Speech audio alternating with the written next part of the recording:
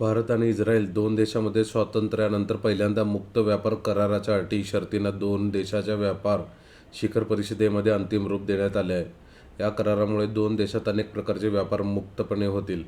दोन देशाच्या मैत्रीचे बीज तत्कालिक प्रधानमंत्री अटल बिहारी वाजपेयी यांनी लावले होते. त्याला पंख लावण्याचे काम पंतप्रधान नरेंद्र मोदी यांच्या कार्यकाळात झाल्याचा उल्लेख केंद्रीय वाणिज्य व्यापार मंत्री पियुष गोयल यांनी केले. इस्रायल 4.5 लाख कोटीचा मेट्रो प्रोजेक्ट करत आहे. भारताने 22 राज्यात मेट्रो यशस्वीपणे अंमलात आणली आहे. महाराष्ट्राने यात मोठे काम केले आहे. त्यामुळे महाराष्ट्र सरकारने इस्रायलमध्ये होणाऱ्या मेट्रोचे कामाची निविदा भरावी अशी सूचनाही आपण महाराष्ट्र सरकारला केल्याची घोषणा मंत्री गोयल यांनी केली.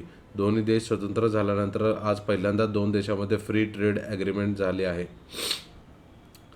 पियुष गोयल नेमकं काय काय म्हणाले ते बघूया. फ्री ट्रेड ॲग्रीमेंटवर या भारताकडून केंद्रीय मंत्री पियुष गोयल तर इस्रायलकडून केंद्रीय मंत्री नीर बरकत यांनी गुरुवारी रात्री स्वाक्षऱ्या केल्या. दोन्ही देशांनी कराराच्या अटी शर्ती मान्य केल्या आहेत. भारताकडून यासाठी चीफ नेगोशिएटर म्हणून प्रिया नायर यांनी काम पाहिले. या कराराला दोन्ही देशाच्या पंतप्रधानांच्या उपस्थितीत अंतिम रूप देण्यात येईल असे यावेळी मंत्री गोयल यांनी सांगितले.